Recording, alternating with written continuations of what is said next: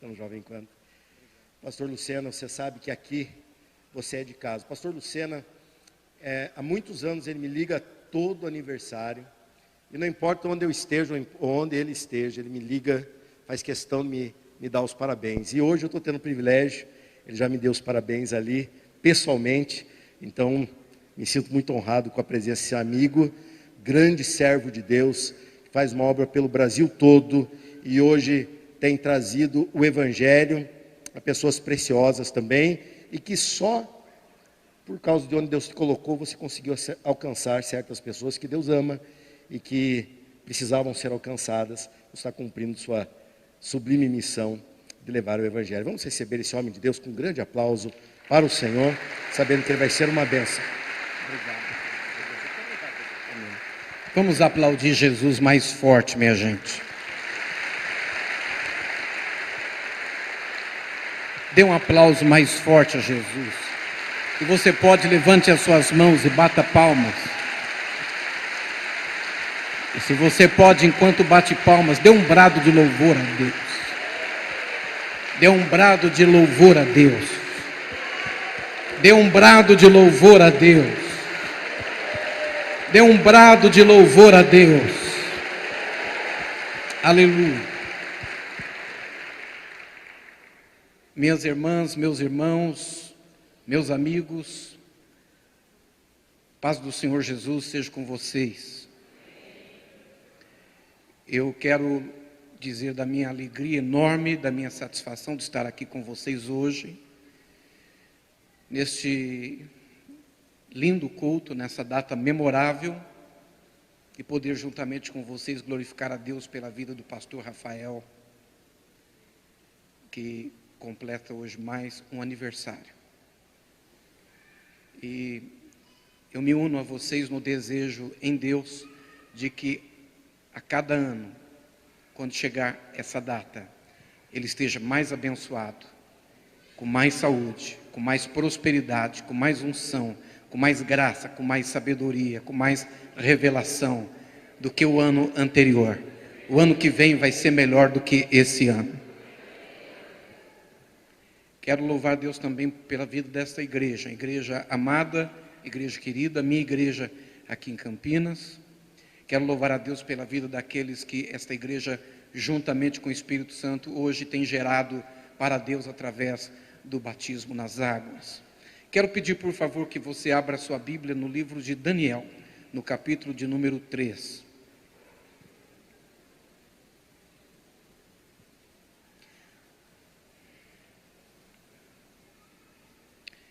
Apenas 2 versículos, o versículo de número 17 e o versículo de número 18.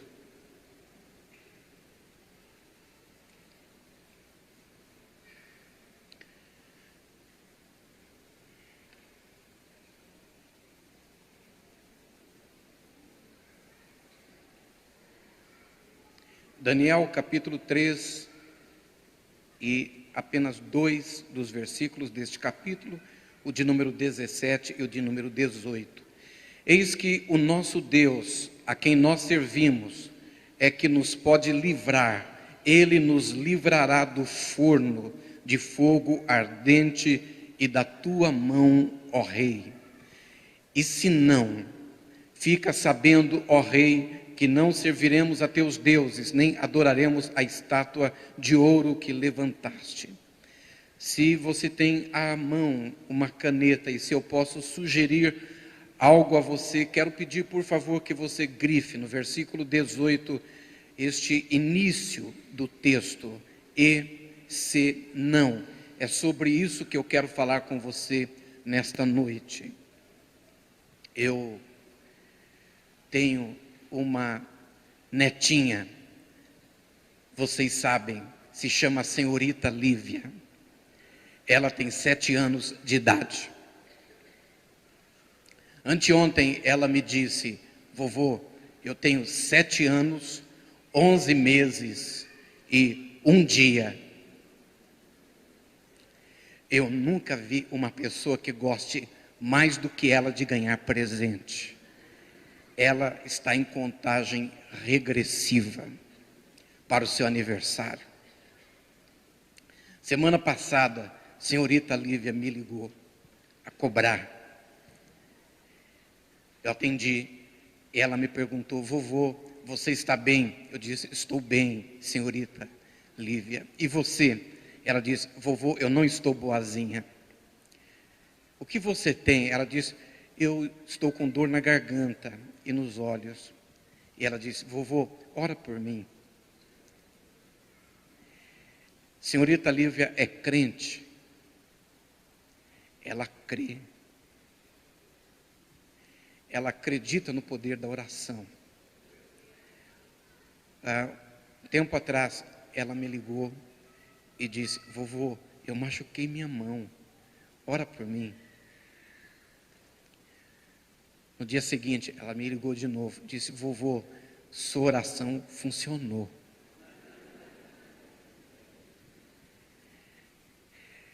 Há duas coisas que ela sabe. Se eu disse a ela: vou orar, eu vou orar. Segundo, se orar, Deus atende. Ela sabe. É linda a fé da criança. Porque a criança crê apenas porque crê. Eu disse a vocês, numa das ocasiões que estivemos juntos aqui num culto, sobre um momento interessante que eu vivi uns anos atrás. Eu estava no hotel, no meio de uma grande luta. Era madrugada, quase 3 horas da manhã. Eu precisava receber oração.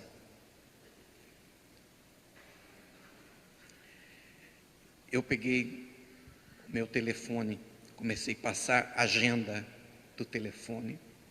Quem eu vou ligar a essa hora da madrugada para orar por mim?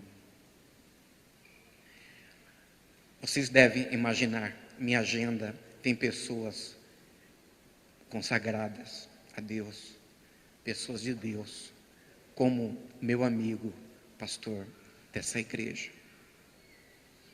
Mas naquela ocasião, aquele momento, na madrugada, eu não conseguia me sentir com liberdade de ligar para ninguém e pedir oração. Eu passei várias vezes por aquela agenda eletrônica e eu não consegui encontrar um nome que eu me sentisse à vontade para despertar, quase 3:30 da manhã. Então eu entendi que não ia ter jeito, eu ia ter que orar por mim. Muito bem, eu vou orar por mim. Mas quem de mim vai orar por mim? Qual Roberto? Afinal de contas, nós somos, cada um de nós, vários de nós. Eu sou a soma de vários Robertos, de várias fases da minha vida. E tem o Roberto, pregador, pastor. Havia o Roberto, deputado federal. E haviam tantos Robertos. Eu não tive vontade de receber oração de nenhum deles. Eu me lembrei de um Roberto. Eu tive vontade de receber oração dele. Ele tinha 3 anos de idade.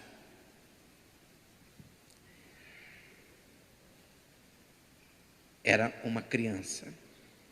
Não entendia nada de Bíblia. Não era pregador.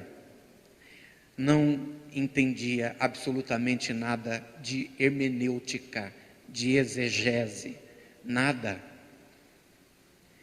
Mas uma criança de 3 anos que apenas cria, acreditava que tudo aquilo que eu via no púlpito a respeito de Deus Era verdade.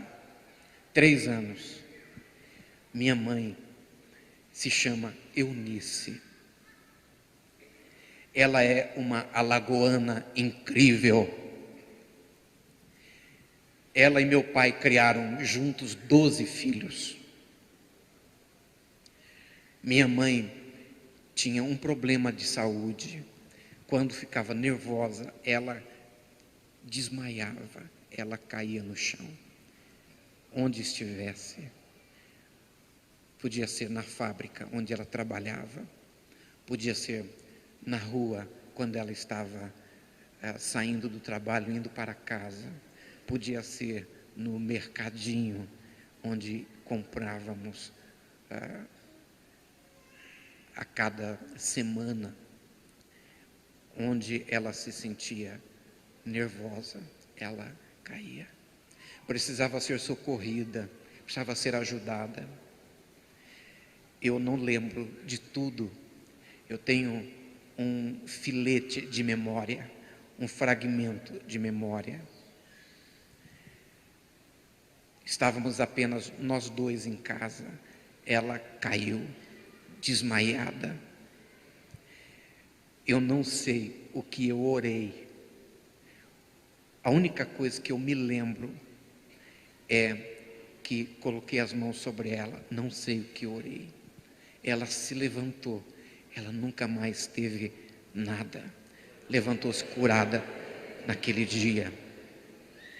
Aquele Roberto, eu desejei que orasse por mim, por causa da fé daquele menino, a pureza da sua fé, do seu primeiro amor por Deus, amor que ele nem entendia, nem compreendia, fé que ele nem podia definir.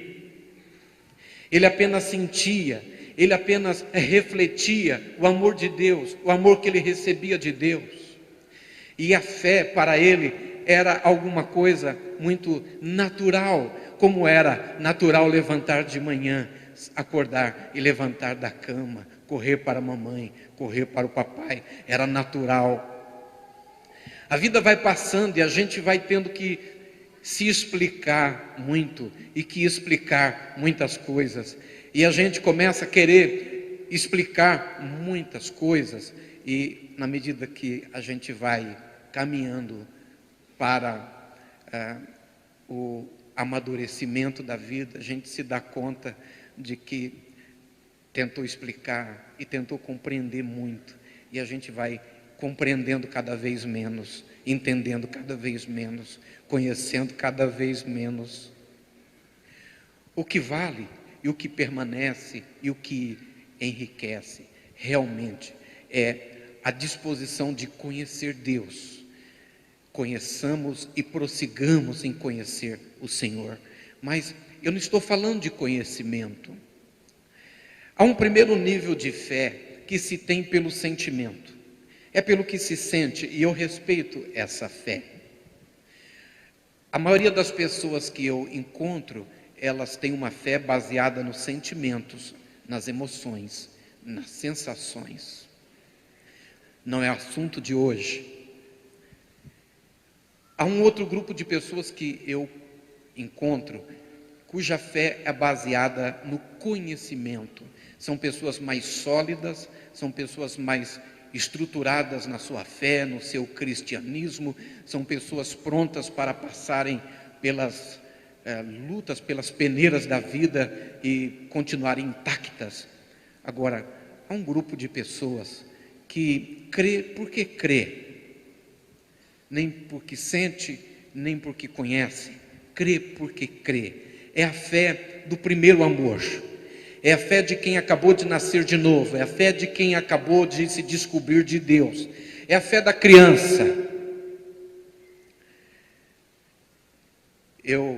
Quando iniciamos a igreja em Arujá, meu filho, Renan, tinha 1 ano de idade.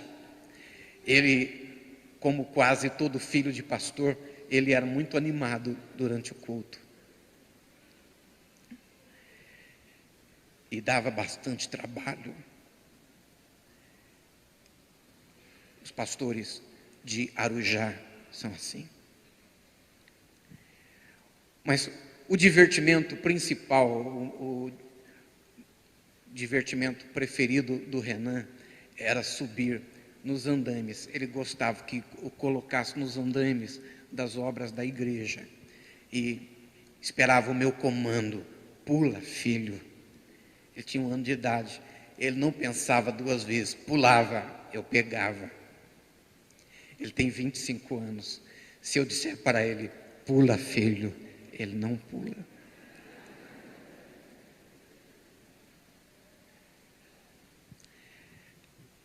Essa fé do primeiro amor, essa fé de quem crê porque crê, é essa fé impressionante que eu encontro nesses irmãos, relatados nesse texto da palavra de Deus. São 3 moços, 3 irmãos, que viveram momentos muito ruins na vida. A vida não foi fácil para eles. Eles perderam o que tinham. Eles são escravos, eles estão na Babilônia, estão longe de casa. Eles não têm mais sua família, eles não têm mais a sua casa. Aliás, nem o nome deles eles têm mais. Porque os nomes que você conhece na Bíblia não são nomes deles, são os apelidos, os nomes que eles receberam como escravos: Sadraque, Mesaque, Abidnego. E eles vivem num tempo na Babilônia que tem um rei que está cercado por um entorno perigoso. O entorno é importante. O entorno pode levantar uma pessoa e o entorno pode destruir uma pessoa, desmantelar uma pessoa. O entorno pode edificar, o entorno pode arrasar. A Bíblia cita alguns exemplos de pessoas que tiveram bom entorno e outras pessoas que tiveram um mau entorno. Eu não quero me estender muito hoje, então não vou me alongar nos exemplos, mas vocês se lembram de um general chamado Naamã, que tinha um bom entorno. Um dia, ele, leproso, recebeu do profeta a orientação para que mergulhasse 7 vezes no Rio Jordão. Lembra disso? Ele havia desistido porque chegou diante do Jordão e não aconteceu nada. No primeiro, segundo, terceiro mergulho não aconteceu nada, mas o entorno dele era bom. A pessoa que estava ao seu lado disse para ele: meu senhor, se o profeta tivesse dito alguma coisa difícil, o senhor não faria? Faria. Mas falou uma coisa fácil: mergulhar 7 vezes. Não aconteceu nada, mas o senhor não mergulhou 7 vezes. O entorno salvou aquele homem, porque quando ele mergulhou 7ª vez, ele se levantou do mergulho e a sua pele estava limpa, como a pele de uma criança. O milagre aconteceu porque ele foi até o fim, por causa do entorno. Nesse caso, o entorno o ajudou. Jesus tinha muito cuidado com o entorno. Jesus, aliás, tinha vacinas que ele aplicava no entorno. Por isso que ele fala para Pedro um dia, quando Pedro diz assim: Senhor, o Senhor não vai nesse lugar. Ele diz: para trás de mim, Satanás. Jesus gostava de Pedro, não tinha nada contra Pedro, mas Jesus tinha vacina contra o entorno. Eu não sei se vocês lembram, Jesus um dia termina um culto, e aquele culto foi um culto cheio de milagres. E quando termina, as pessoas chegam e dizem a ele: Senhor, o povo quer pegar o Senhor no colo, levar para Jerusalém, colocar o Senhor no trono de Herodes. O que Jesus fez? Saiu sem ninguém perceber e foi para o deserto, ficar sozinho, orar. Jesus tinha vacinas contra o entorno.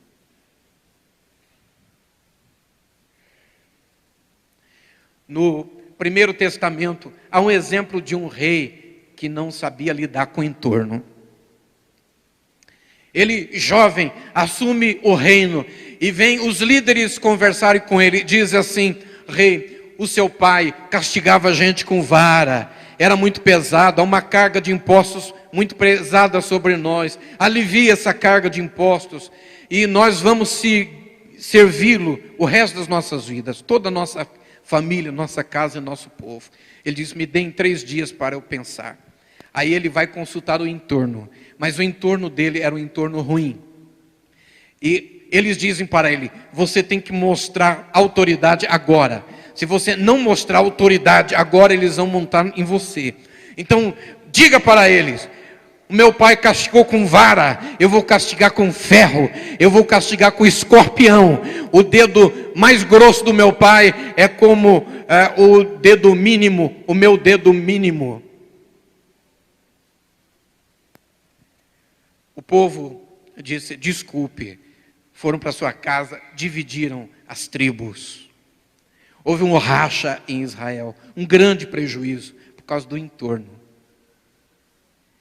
Nós precisamos pedir a Deus que nos ajude, nos dê sabedoria e discernimento para nós escolhermos o entorno. Sabemos escolher o entorno. Há entornos que podem ser escolhidos, há entornos que nós herdamos. Os entornos que podem ser escolhidos, precisamos pedir a Deus que nos dê discernimento e sabedoria para escolhermos pessoas que possam ser uma boa influência para nós, que possam ser uma bênção para nós, que possam edificar nossa vida. Agora, aqueles entornos que nós não podemos escolher, que nós somos colocados nele, nós temos 2 opções. Primeira opção, sermos termômetro. O termômetro identifica a temperatura. Ponto final. Ou podemos ser termostato. O termostato, ele faz a temperatura ir para onde ele quer.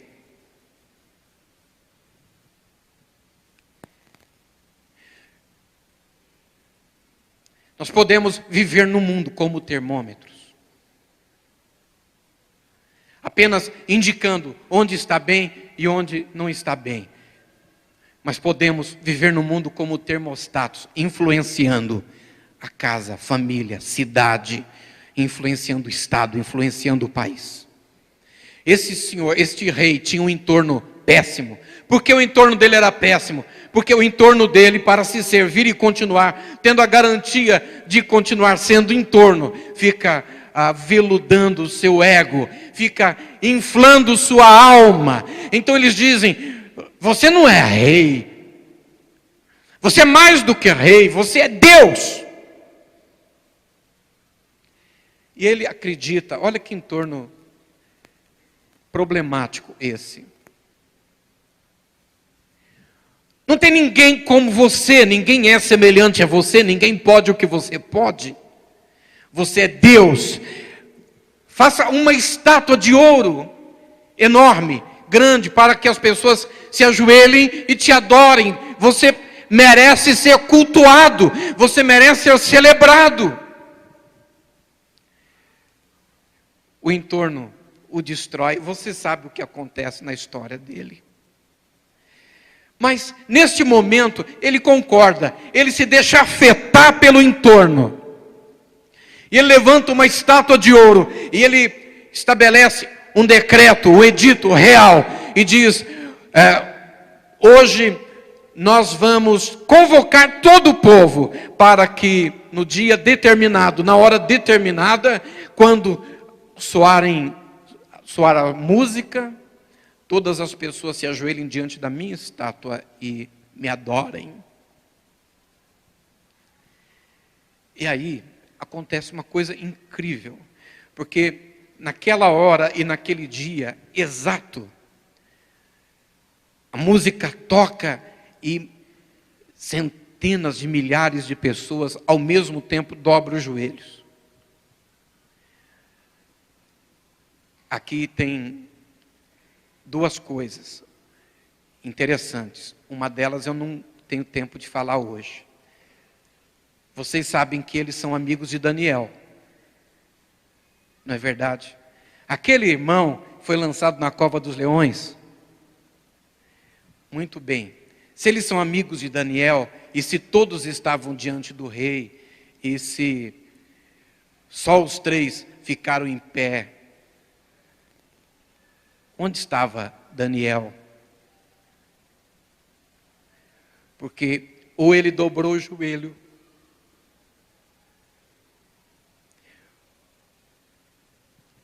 e adorou a estátua, ou ele não estava ali. No entanto, não tinha como não estar ali. Ninguém ficou dentro de casa. Daniel era um líder, ele estava ali. Mas por que é que só os 3 apareceram? Um dia, se o pastor Rafael me chamar para voltar aqui, se o Espírito Santo deixar, quem sabe ele permitir, eu gostaria de falar sobre isso. Mas os 3 aparecem.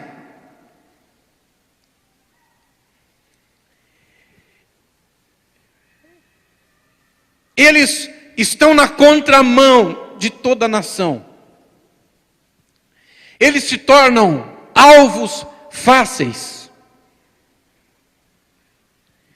Todos percebem que tem alguma coisa que não está normal. Tem 3 pessoas em pé. Não se ajoelharam.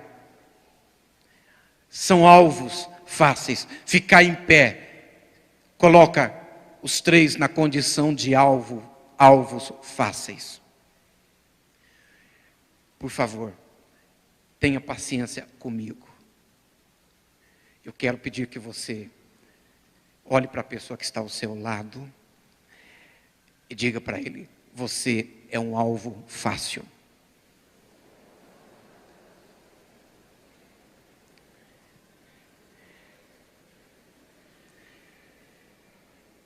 Diga para ele, mais uma vez, você é um alvo fácil. E diga agora, mas você é uma presa difícil.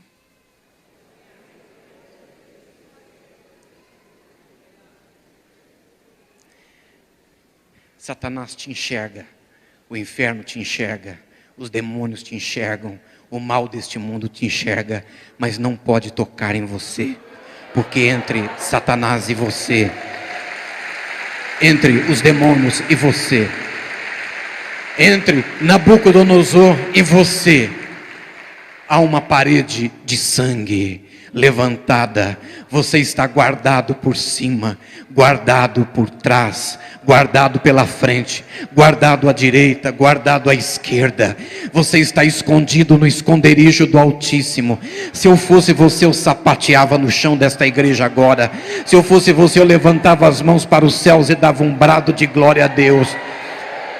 Você está entendendo agora essa palavra? Agora segure a mão de quem está ao seu lado e diga para ele: você é um alvo fácil, mas é uma presa difícil.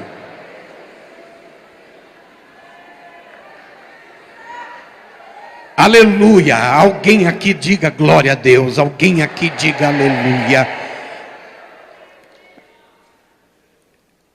O rei não acreditou no que estava vendo. Tinha 3 pessoas diferentes de toda a nação. Tem gente nesse país diferente do resto.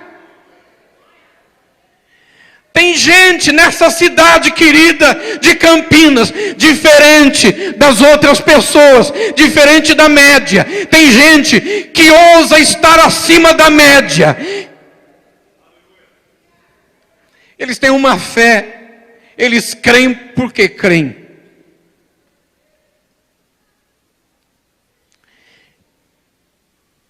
Não estou dizendo que eles não tenham noção do risco. Ter fé não é estar cego para os riscos. Eles são chamados pelo rei. Diz para eles: vocês vão morrer. Eu vou jogar vocês na minha fornalha.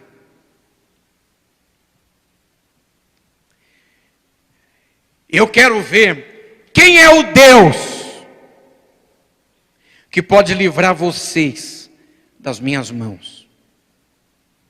Veja como o entorno estraga a gente. Olha o nível que ele está. Ele está se comparando a Deus.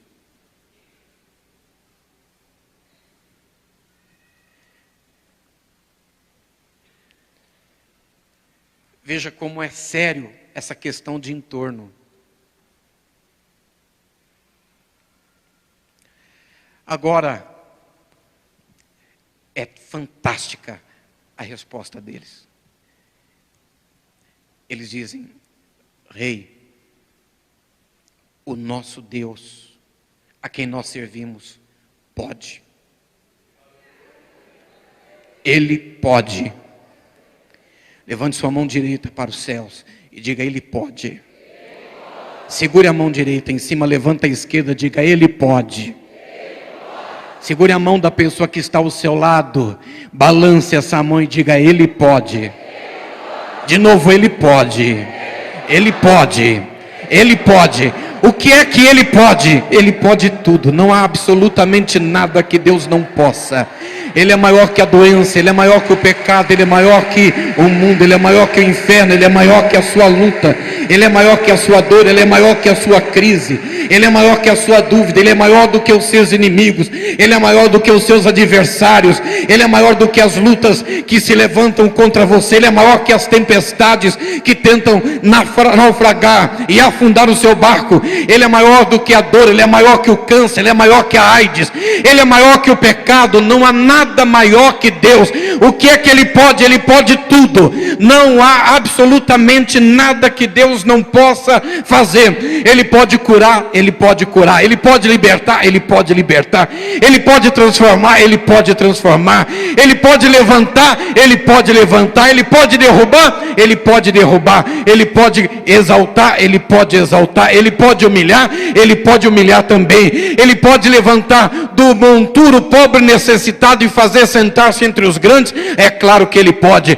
Ele pode pegar no pasto um menino e colocá-lo para enfrentar e vencer um gigante. Ele pode, já fez isso uma vez, pode fazer de novo. O que é que Deus pode fazer? Ele pode tudo. Ele pode abrir o mar vermelho, fazer uma estrada no meio do mar, pode. E pode fechar sobre os egípcios, pode também. E Ele pode fazer cair codornizes e maná do céu no deserto, pode. E pode fazer a água sair da pedra, pode também, pode tudo. O que é que Ele pode? Pode tudo. Ele pode derrubar as muralhas com grito, pode. O que é que Ele pode? Ele pode tudo. Ele pode livrar da fornalha de fogo ardente? Pode. Essa é a fé da criança. Essa é a fé do primeiro amor. Pula, filho. Ele pula. Ele sabe que o pai vai estar ali. Ele sabe que o pai pode segurar. Ele sabe que o pai se garante. Pula.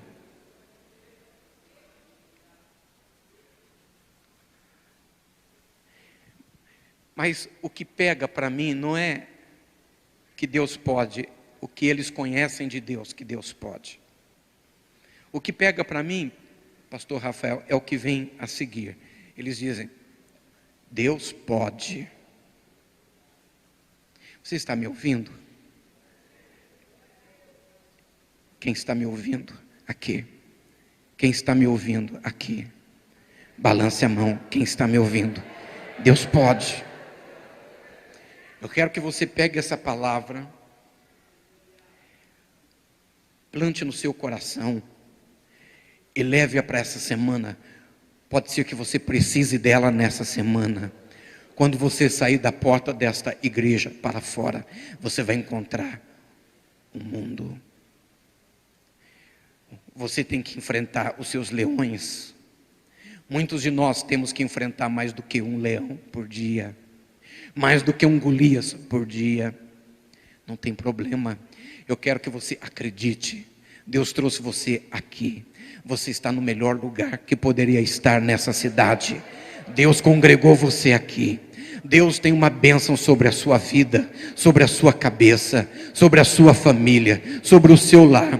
Você está marcado, está selado, você está coberto, está lacrado, protegido, guardado. Vá para essa semana com essa força, com essa vitamina dentro de você. Deus pode. Vá com esse míssil, segure nesse míssil e vá adiante.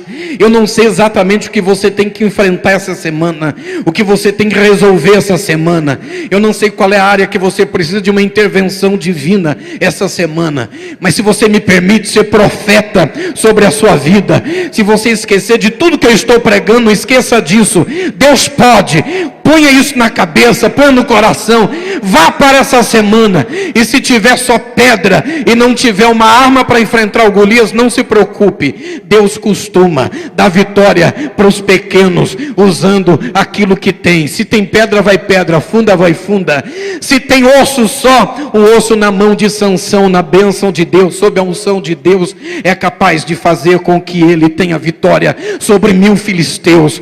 Essa semana venha sobre você a bênção de Deus, para que você tenha vitória sobre os filisteus. Se for 1, será sobre 1, se for 10, sobre 10, se for 1000, sobre 1000. Que as portas se abram, que os caminhos se abram, que Deus te dê testemunhos nessa semana, e a palavra liberada deste altar sobre a tua vida se cumpra, e até aquela palavra que é uma semente que se perdeu na história, que você nem enxerga mais, você nem sabe mais onde ela está, ela possa de alguma forma vicejar, ela possa voltar a brotar, ela possa produzir, ela possa florescer, e você possa ser surpreendido com a colheita de Deus na sua vida essa semana. Deus pode. Só quem crê levanta as mãos e dê um brado de louvor a Ele. Deus pode.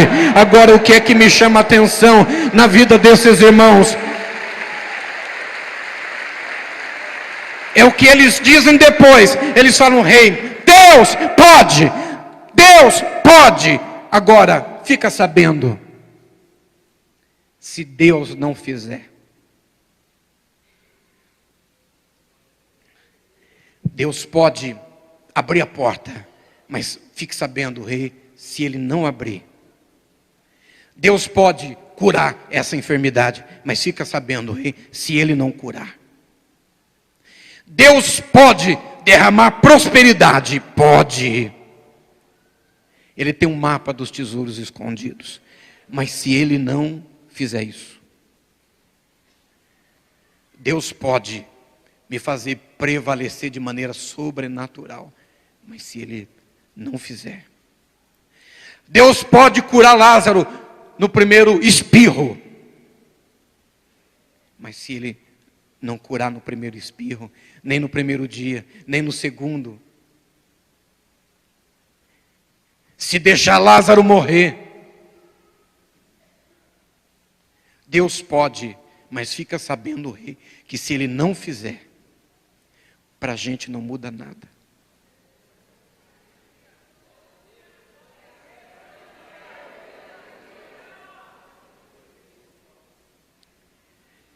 Isso para mim é que é vida plena, é isso.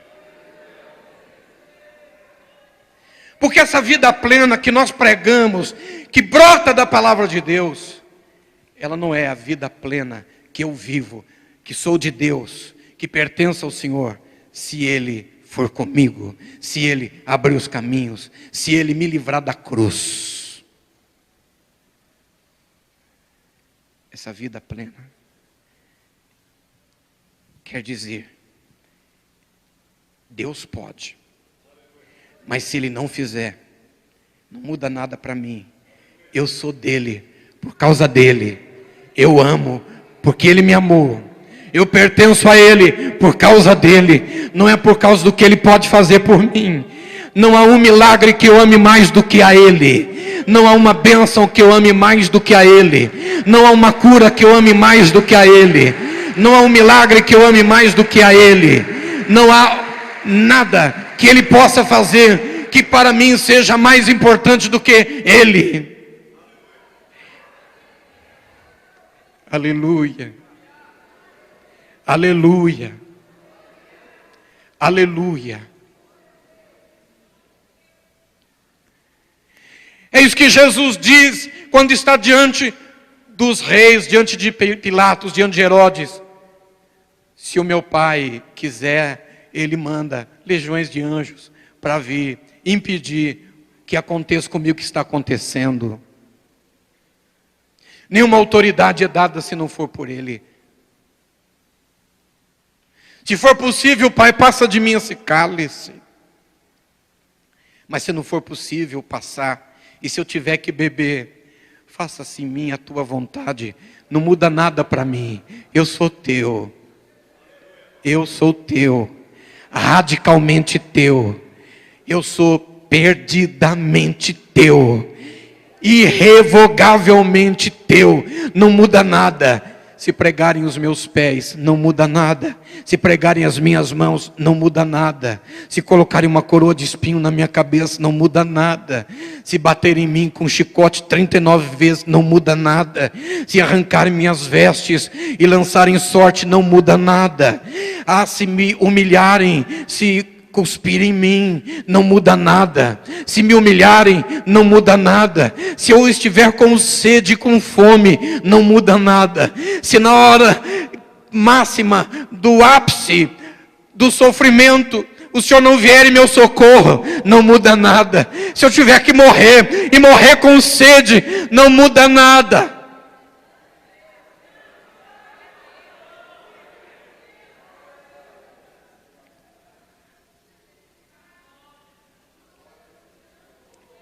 Jesus não era o Filho amado de Deus, em quem Ele tinha prazer apenas na hora do batismo. Ele era o Filho amado de Deus, em quem Ele tinha muito prazer na hora da morte, da crucificação. Pai, em Tuas mãos entrego o meu espírito. Não mudou nada. Sexta-feira, Ele morreu. Domingo, Ele ressuscitou. Ficou 40 dias com seus discípulos aqui, subiu ao Pai, está à direita do Pai, esperando o arrebatamento da igreja.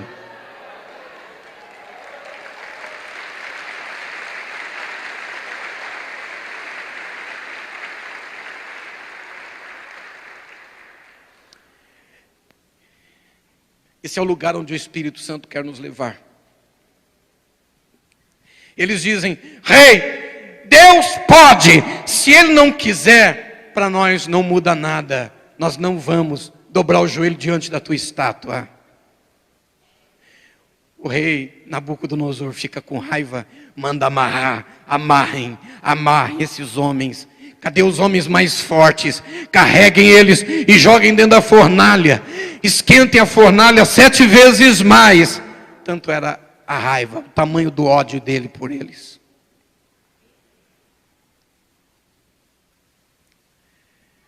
Eles jogam na fornalha. Quem jogou morreu. Por causa do calor. Nabucodonosor está olhando para a fornalha.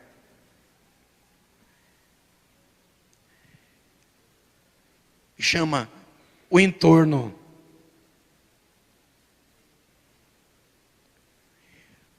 Pergunta: entorno. Nós não jogamos na fornalha 3 homens? Jogamos. Eles não morreram. Ou morreram, eu estou doido. Não estão vivos. O entorno diz: o rei, parece que estão. Mas nós não jogamos 3? Jogamos. Tem 4? Ou eu estou doido? Tem 4. E o quarto é semelhante ao filho dos deuses.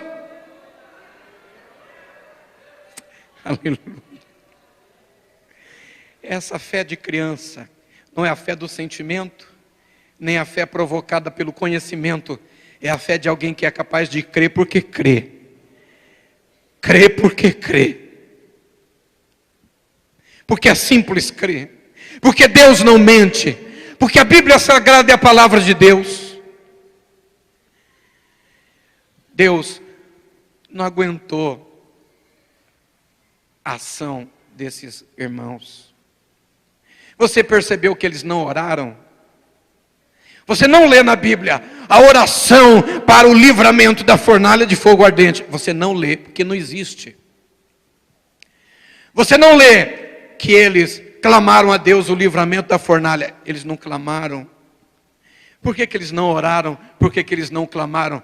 Porque não era o momento. Esse momento da fornalha é o momento que, se você tem reserva, você tem. Se não tem reserva, você tivesse. Eles tinham reserva, eles tinham uma vida de oração. É por isso que na hora da fornalha eles não precisam orar. Eles têm oração colocada diante de Deus. Deus reage à ação deles quando eles são lançados na fornalha. Entre o movimento de jogar e o movimento deles caírem, Deus, Pai, apenas olha para Filho. Eles não precisam falar.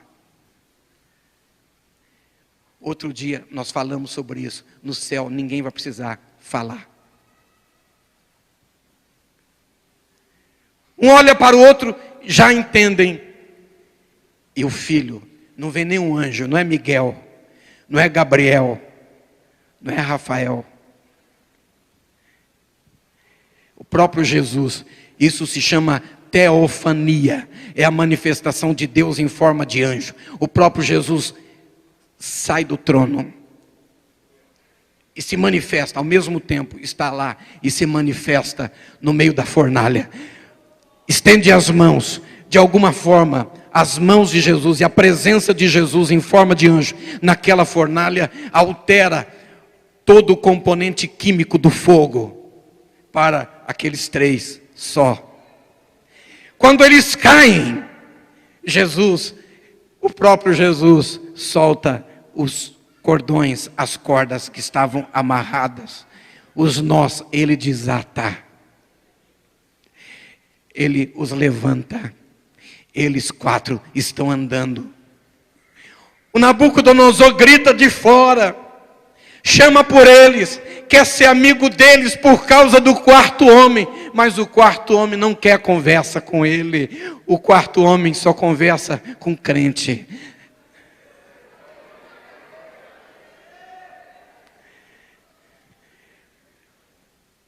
Tem pessoas aqui hoje que estão ouvindo Deus falar com elas. Deus está falando com elas. Eu me alegro em ver que não há oração, não há uma ação, não há um pedido, não há um clamor para que Deus livre da fornalha, absolutamente. Há apenas uma confiança pela confiança, crença pela crença, fé pela fé. Há um mergulho, uma imersão na dependência de Deus. Ele pode, se quiser, ele livra, se não quiser, não muda nada. Mas quando eles chegam lá, eles experimentam o que ninguém antes deles, ninguém depois deles vivenciou nunca. Agora eu vou terminar, deixa eu profetizar sobre você, em nome de Jesus. Eu preciso dizer a você que o Deus da Bíblia Sagrada está nos céus, mas ao mesmo tempo está aqui na terra. Ele não vem, ele está ao mesmo tempo lá, está ao mesmo tempo aqui. Eu preciso dizer a você que ele está atento aos seus movimentos, atento às suas palavras, atento às suas intenções, atento aos teus sentimentos, atento à tua motivação. E mesmo que pareça, mesmo quando parece que ele está apático, mesmo quando parece que Deus não está percebendo, ele enxerga, ele vê, ele escuta. Ninguém te conhece como Deus te conhece, ninguém te vê como Deus te vê, ninguém sabe de você como Deus sabe de você. Ele conhece você por dentro e conhece você por fora. Ele conhece aquilo que ninguém mais conhece, até mesmo aquilo que você não conhece a seu próprio respeito. Ele sabe quando você está passando por lutas, por dificuldades. Ele sabe o momento exato de interferir, de intervir a teu favor. Eu preciso dizer a você o seguinte: quando o céu não se apresenta no momento que você acha que seria o momento certo, é porque ainda não é o momento certo. Quando Lázaro ficou doente, se Jesus tivesse vindo no primeiro dia que ele estava doente, ou doente durante a sua enfermidade, Jesus teria apenas curado uma gripe. Como Jesus veio 4 dias depois de morto Lázaro, Jesus ressuscitou. O milagre foi maior. O tempo de Deus é o tempo certo.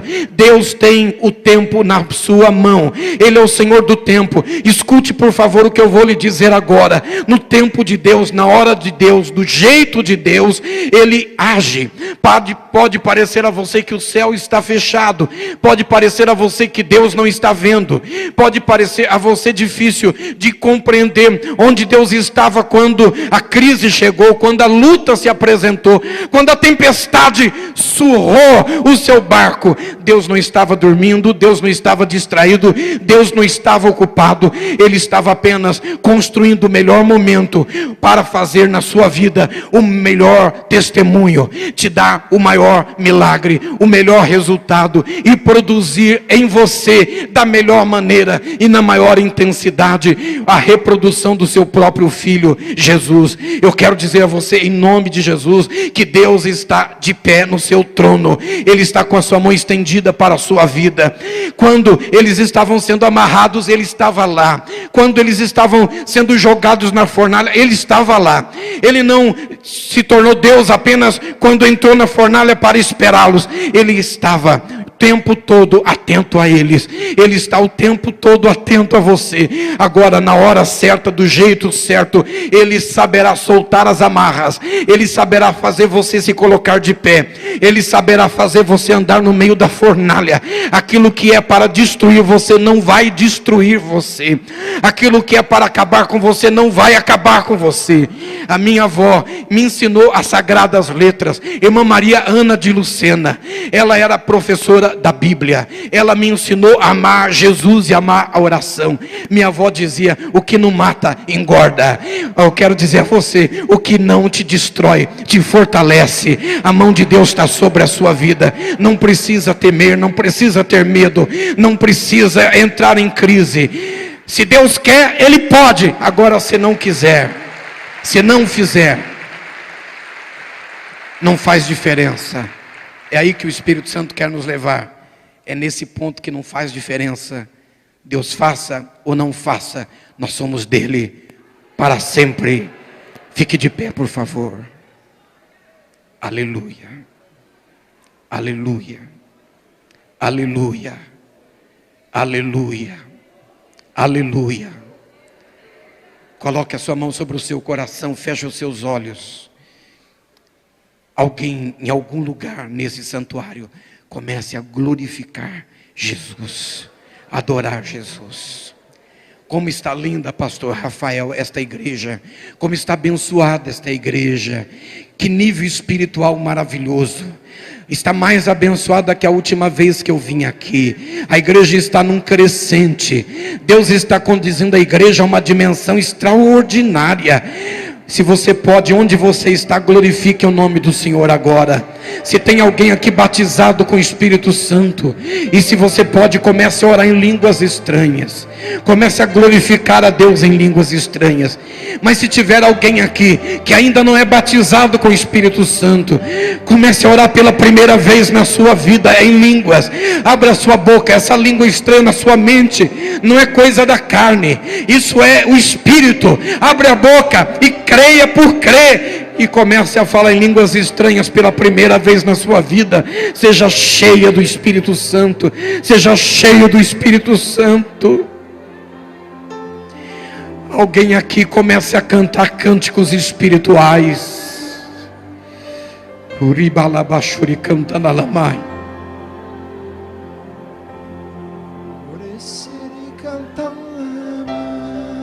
Cante cânticos espirituais.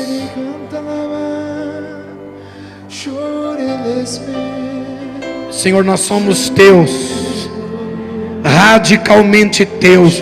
irreversivelmente teus. Se o Senhor quiser, o Senhor pode, mas se o Senhor não fizer, não muda nada.